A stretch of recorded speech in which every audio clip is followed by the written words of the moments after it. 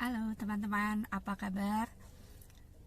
Hari ini saya ingin sekali membahas, saya menjadi teringat gitu ya, mengenai kenapa orang Kristen, ya, orang Kristen yang notabene bukan hanya dari lahir dia menjadi Kristen, tapi mungkin di tengah ketika umurnya sudah dewasa menjadi Kristen, tapi kemudian dia pindah ke kepercayaan yang lain. Kenapa bisa seperti itu ya teman-teman ya? Saya merasa bahwa kalau saya berpikir bahwa kalau kita hidup di dalam kekristenan, artinya Kristus ada di dalam diri kita, saya berpikiran bahwa hal itu tidak mungkin terjadi deh. Iya nggak sih? Saya merasa bahwa kalau hidupnya dipenuhi oleh kuasa Roh Kudus, ketika dia menerima Tuhan sebagai Tuhan dan Juru Selamat, Roh Kudus turun atasnya, berkuasa di dalam dirinya, mana mungkin dia pindah keyakinan seperti itu gitu ya. Saya berpikiran itu kayaknya mustahil gitu ya. Tapi kenyataannya bisa aja gitu ya. Karena kenyataannya bisa aja. Kalau di dalam firman Tuhan Ibrani 13 ayat 5b dikatakan bahwa aku sekali-sekali tidak pernah meninggalkan kamu. Artinya saya merasakan bahwa ketika kita sudah menerima Tuhan sebagai Tuhan dan Juru Selamat, Roh Kudus ada di dalam kita, dan Roh Kudus selalu memberikan kepada kita kita mau melakukan segala sesuatu, kita bergantung kepada Roh Kudus ya. Tapi pada kenyataannya manusia ini masih tinggal di muka bumi ya, masih tinggal di bumi ini. Jadi segala sesuatu itu mungkin aja. Kalau kita diskusi aja ya teman-teman, kalau misalnya teman-teman mau kasih pendapat juga boleh nanti di bawah, di ruang komen silakan aja. Menurut teman-teman gimana? Apakah orang yang sudah Kristen itu bisa merubah keyakinannya? Banyak sekali pengalaman orang-orang yang saya lihat ya, yang saya baca, yang saya lihat, orang yang hidupnya sudah dalam persekutuan doa ya. Mereka bersekutu, ikut dalam persekutuan doa, rajin, bahkan dia udah melayani Tuhan di gerejanya gitu ya. Tapi pada akhirnya dia menikah, kemudian dia pindah agama gitu ya. Sangat mudah sekali orang pindah agama gitu ya. Padahal menurut saya kalau orang Kristen itu, apalagi ya, artinya orang yang lahir baru ya, lahir baru artinya bukan dari lahir dia sudah Kristen karena ikut orang tuanya, enggak. Tapi pada saat dia menyadari bahwa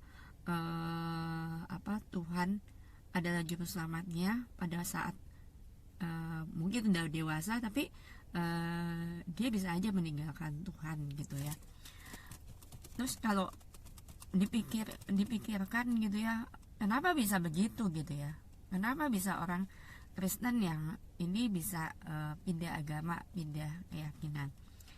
Kalau diteliti, saya melihat bahwa itu tadi ya, apakah dia hidupnya sudah dipimpin dan dikuasai oleh Roh Kudus apa tidak?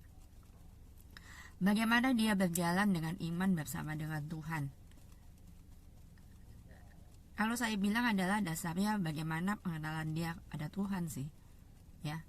Bagaimana pengenalan dia kepada Tuhan sehingga dia tuh dia tahu apa yang harus dia lakukan. Kalau menurut saya seorang yang hidupnya di dalam Tuhan, ketika dia menyadari bahwa dia butuh Tuhan, dia akan cari Tuhan terus.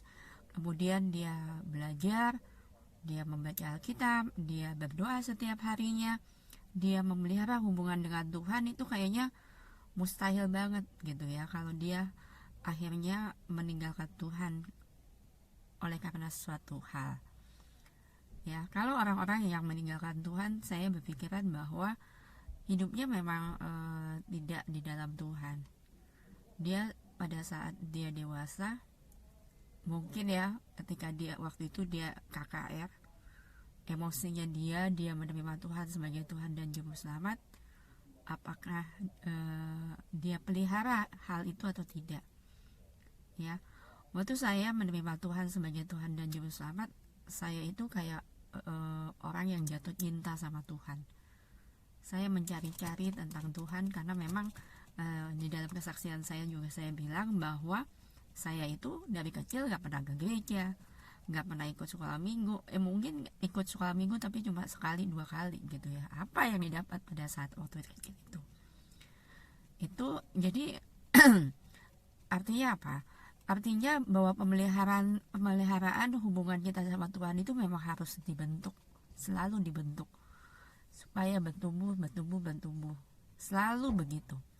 Baca Alkitab, berdoa, persekutuan itu udah makanan sehari-harinya ya. Bagaimana seorang membutuhkan persekutuan doa di dalam kehidupan dia sehingga dia bisa bertumbuh. Jadi dia tidak hidup kekristenan itu tidak hidup seorang diri aja, tapi dia membutuhkan teman-teman, dia membutuhkan saudara-saudaranya untuk dia menjadi bertumbuh di dalam imannya.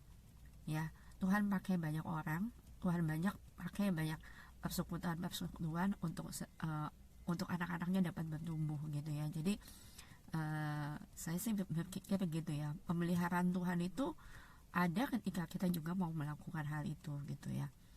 Orang yang jatuh cinta kepada pasangan yang saling jatuh cinta, mereka akan saling mengenal, mereka akan saling cari tahu pasangannya seperti apa gitu ya.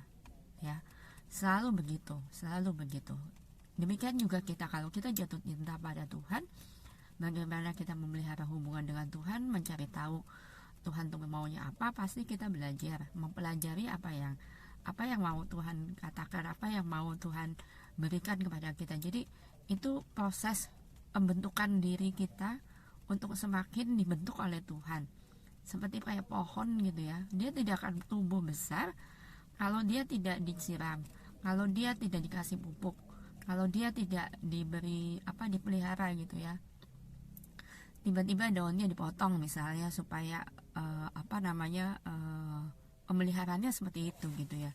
Daun yang kering dipotong ya supaya pokok anggur yang benar kalau tidak berbuah, kalau dia tidak dibersihkan, kalau dia tidak dipotong, mungkin dia tidak berbuah. Tapi itulah prosesnya bagaimana seorang Kristen juga sama seperti itu gitu. Jadi kalau dibilang mungkin nggak orang yang sudah di dalam Tuhan ya dia bisa berubah ya, berubah keyakinannya, sangat mungkin. Ada saat 1 tahun dia pelihara hubungan itu, 2 tahun dia pelihara hubungan itu, dia lakukan, dia bersihkan, dia kasih pupuk, dia siram. Tapi tahun ketiga, tahun keempat, apakah dia masih tetap melakukan itu apa enggak? Gitu. Jadi perubahan-perubahan, pertumbuhan itu harus tetap dijaga, dipelihara, sehingga tahu ya intinya sih sebenarnya bahwa gue butuh Tuhan gitu ya. Gue nggak bisa hidup tanpa Tuhan. Ya, bagaimana Tuhan sudah memberikan hidup, bagaimana Tuhan sudah pelihara kita, bagaimana kita juga boleh mengenal Tuhan dengan cara bagaimana caranya kita boleh melakukan apa yang Tuhan mau perintahkan kepada kita gitu. Saya melihat hal itu sangat penting bagi kehidupan seorang anak Tuhan. Jadi kalau kita hidup melayani aja belum tentu pada akhirnya kita sampai kepada Bapa di surga gitu ya. Seperti saya tidak mengenal kamu walaupun kamu sudah bernubuat, kamu sudah bersaksi melayani Tuhan, tapi Tuhan bilang tidak mengenal dia gitu ya. Sangat sulit masuk ke dalam kerajaan surga, kalau menurut saya sangat sulit gitu ya. Saya berpikir bahwa ya itulah Roh Kudus itu yang memberikan kekuatan kepada kita. Roh Kudus dibilang Tuhan memberikan Roh Kudus untuk menolong kita. Itulah fungsi Roh Kudus di dalam kehidupan kita. Kita tidak bisa melakukan hidup ini dengan kekuatan kita sendiri, nggak bisa teman-teman. Kita membutuhkan Tuhan untuk kita boleh bertumbuh. Kita membutuhkan Tuhan untuk kita boleh diproses oleh Tuhan. Kita dibentuk oleh Tuhan untuk kita semakin dewasa di dalam iman kita. Caranya banyak hal, ya. Pelihara hubungan kita dengan Tuhan. Kita setiap hari saat teduh, kita setiap hari baca Alkitab. Kita juga mempunyai teman-teman untuk bersekutu, ke gereja, melayani Tuhan wajib, karena orang Kristen sama dengan melayani Tuhan. Jadi orang Kristen itu bukan hidupnya cuma di rumah aja, diem-diem gitu ya, nggak ngapa-ngapain, cuma doa-doa aja, doa makan, doa tidur, ya, cuma seperti itu. Nggak cukup teman-teman. Orang Kristen itu harus banyak proses yang harus dilakukan gitu ya, banyak hal yang harus dilakukan sehingga dia boleh bertumbuh, sehingga dia boleh hidup di dalam Tuhan dengan baik, ya.